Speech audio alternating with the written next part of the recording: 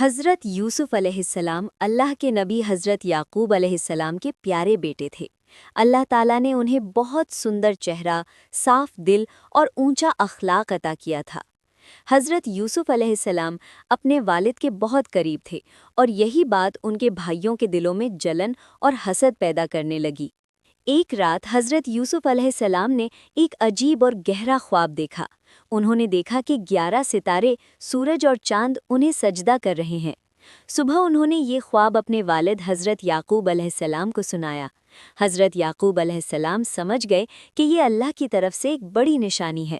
انہوں نے یوسف علیہ السلام کو نصیحت کی کہ اس خواب کا ذکر اپنے بھائیوں سے نہ کریں، لیکن بھائیوں کا حسد بڑھتا چلا گیا۔ انہوں نے مل کر ایک سازش بنائی اور یوسف علیہ السلام کو جنگل میں لے جا کر ایک گہرے کنویں میں ڈال دیا، پھر اپنے والد سے جھوٹ کہا کہ یوسف کو بھیڑیا کھا گیا ہے۔ حضرت یعقوب علیہ السلام کو بہت صدمہ پہنچا، مگر انہوں نے صبر کیا اور اللہ پر بھروسہ رکھا۔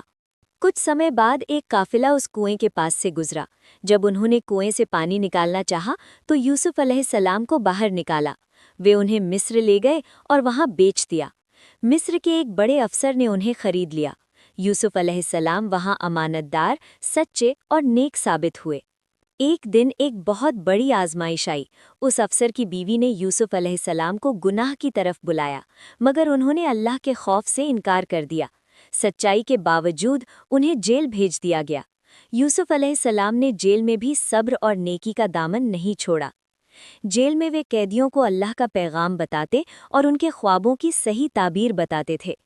کچھ سمے بعد مصر کے بادشاہ نے ایک خواب دیکھا جس کی تعبیر کوئی نہیں بتا سکا۔ تب ایک قیدی کو یوسف علیہ السلام یاد آئے اور انہوں نے بادشاہ کے خواب کی تعبیر بتائی اور آنے والے اکال سے بچنے کا حل بھی بتایا۔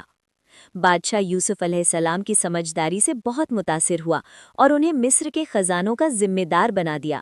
اکال کے دنوں میں ان کے بھائی اناج لینے مصر آئے۔ یوسف علیہ السلام نے انہیں پہچان لیا، مگر بدلہ نہیں لیا۔ آخرکار انہوں نے خود کو ظاہر کیا اور اپنے بھائیوں کو معاف کر دیا۔ پھر حضرت یعقوب علیہ السلام اور پورا پریوار مصر آ گیا۔